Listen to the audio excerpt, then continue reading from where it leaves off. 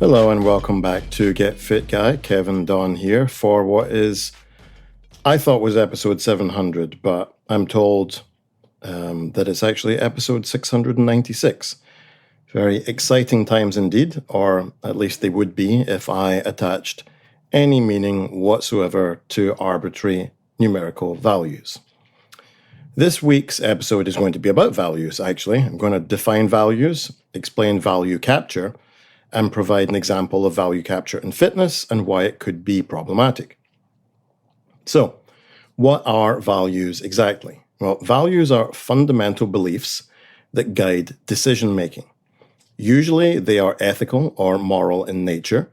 The difference between ethics and morals being that ethics tend to be right versus wrong in a much larger set. So we could have something like medical ethics, which would guide right versus wrong in medicine as a field. And morals are what guide me personally. Morals are also agent relative, which mean they're about what's right or wrong to any conscious agent. An agent, in this case, perhaps being a rational entity.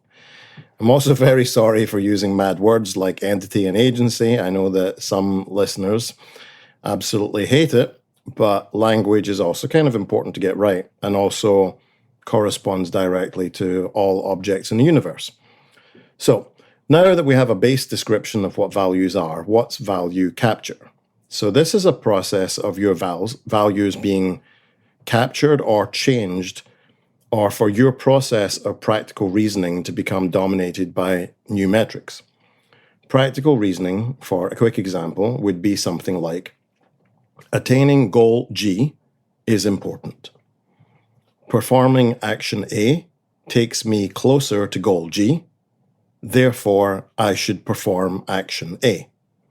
So, how does an external metric or an external force come to dominate my practical reasoning and capture my values?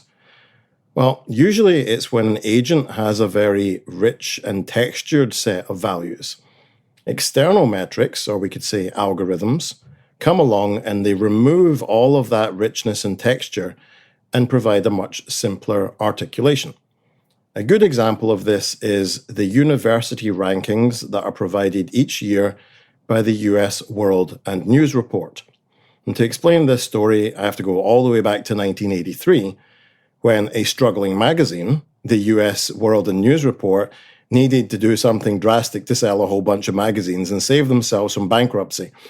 And after brainstorming, they decided that with college application time approaching, maybe they could leverage that, sell some magazines, by ranking the 1,800 colleges and universities in the United States. So, of course, they had to have some metrics or data sets that they would base this ranking on. And that was initially, they simply just wrote a letter to every single college president and said, hey, which university do you think is the best one? And in 1983, Stanford received the most votes.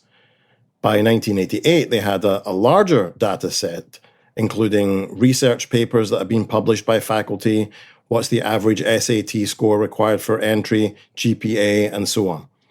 Now, the problem with this was that colleges then began to focus solely on meeting the metrics in the ranking reports and not on their own institutional core values. So this external source, a magazine ranking, had now captured educational institutions and fundamentally altered their values of what was the right and wrong thing to do in higher education. Furthermore, prior to these rankings, students, when asked what they valued in a college, may have said things like a walkable campus, distance to hometown, student experience, cheap beer. Subsequently, they came to say ranking. All of that texture and nuance in their values had been removed by an algorithm and replaced with this simplistic view.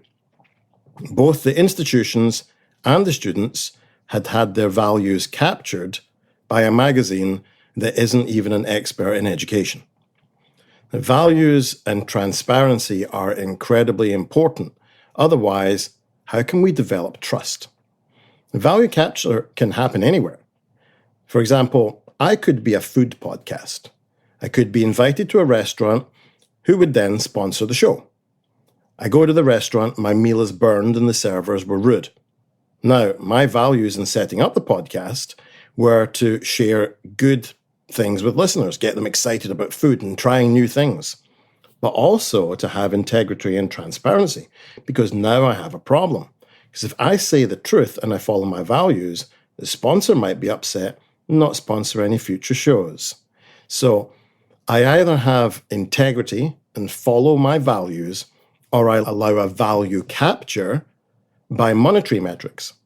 I know where I stand, but where would your moral compass be?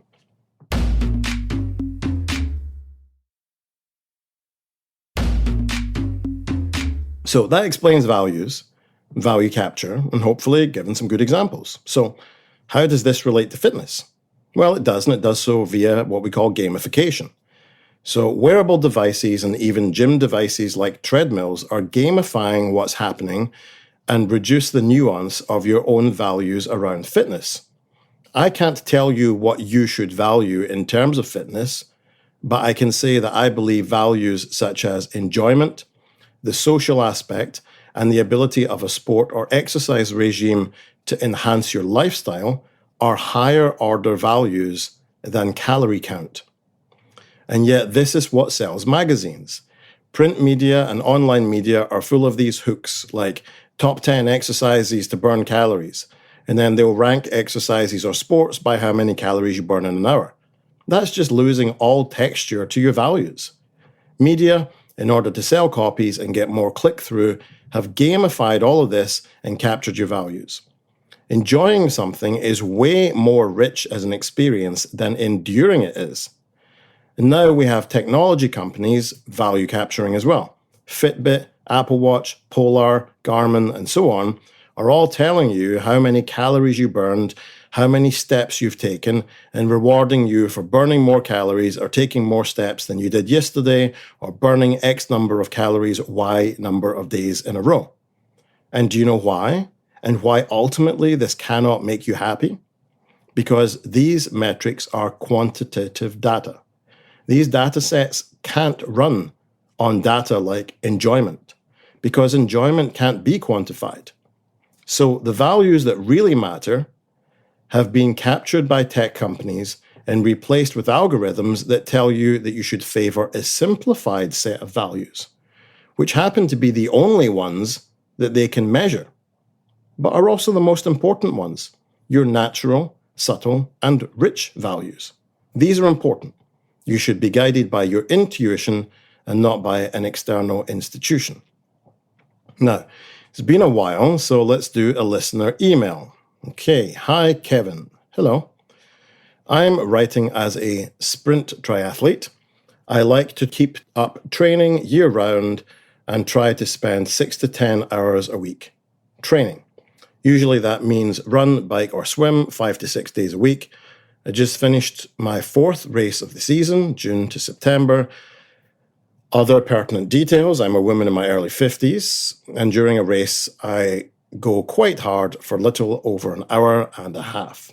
During a race, my heart rate is at or over max pretty much the whole time. I have no idea how I manage it since I never hit those levels for sustained periods in my training, except maybe a small percentage of a single session or if I'm doing HIIT. I'll just think out loud here, which is, why are you doing HIIT if you're training for a 90-minute competition? All right, aside from being tired and famished after a race, I have mild to moderate soreness the next day, and then it usually goes away. But I definitely find that even when the soreness is gone, any attempt to start training again is unpleasant because it's as if all the power, strength, and speed have left me. For days after a race, if I attempt anything strenuous at all, I can't get anywhere near my usual output and requires a lot more recovery than it normally would. In sum, I feel and am pretty weak post-race. This lasts for a week or two, even though I don't feel sore. All this is to ask the question, how do I know when I've recovered adequately to get back to doing my disciplines? Should I be taking a full week or two off, a month off? I also worry about damaging my heart, arteries, or lungs as well, and have no idea how to tell if I'm overdoing it and should take a longer recovery period, and also what to do in that recovery period. Okay. So I've just realized, because I write these out, that I didn't really answer the last paragraph. So I will email you, dear listener, and get to the last bit. But in the meantime, here you go. Hi, Rachel. Thank you for the email. So the real answer to your question probably won't take you by surprise as a regular listener, but you will know when you're fully recovered from competitive exertions if you have your individual biomarkers of physical exertion measured. So let's talk a little bit about epistemology, or the study of knowledge, and how we know what we know, because why wouldn't I sneak some philosophy in here? So there are two types of knowledge, really, or things that we can know about the world, a priori and a posteriori. And for my number one fan out there that emails me and leaves reviews to say I'm smarter than all the listeners, that's why I use Latin or Greek terms. No doubt you'll be loving my intellectual ego massage today, because that's not just one big word, but two. I'll have to go for a lie down after this. I feel so superior. A priori knowledge is that which we know without experience, and a posteriori knowledge requires experience. So an example of knowledge we could know without experience would be all bald men have no hair. You can work that out analytically. You don't need to go out and check all bald men to make sure they have no hair. And the other type of knowledge is a posteriori knowledge, which requires our experience to make inferences. Since humans are moving through life experiencing the world around us, we only really have a posteriori interactions, and this whole question is one. So you require some experiential data, is what I'm trying to say. But within that data set, none of it would ever be true knowledge, because it would always be inferred. But we can still look to minimize error, and that looks like testing. So let's say I go to judo and I get a sore back afterwards.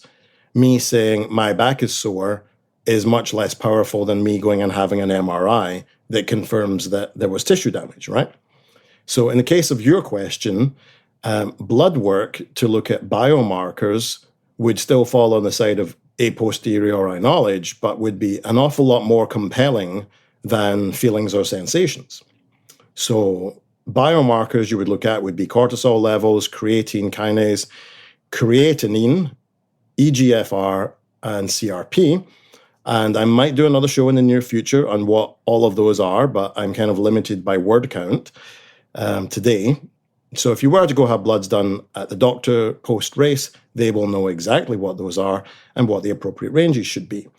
I'd love to say to everyone listening that you will know when you are fully recovered from any exertion when you wake up in the morning full of vim and vigor. But by now you'll know that I don't come on here to lie to people. And, could it be that you'll know when you're recovered, when you go out and nail a training day? Well, maybe. But you could also walk down the road, see a car accident, and lift a car off of a victim. But that doesn't mean that you're ready to go to the World Powerlifting Championships. There are so many variables in mood, desire, impetus, and values that anything less than biomarkers would just be total guesswork. And frankly, even those are contingent anyway. So there you go. If you have any questions or just want to say hi, please email me. It's getfitguy@quickanddirtytips.com. Get Fit Guy is a Quick and Dirty Tips podcast, thanks to the team at Quick and Dirty Tips, Morgan Christensen, Holly Hutchins, Director of Podcasts, Brannon Getchus, and Davina Tomlin. I'm Kevin Don. If you've got a question for me, 510-353-3104. Email getfitguy@quickanddirtytips.com. More information, quickanddirtytips.com. Okay, bye.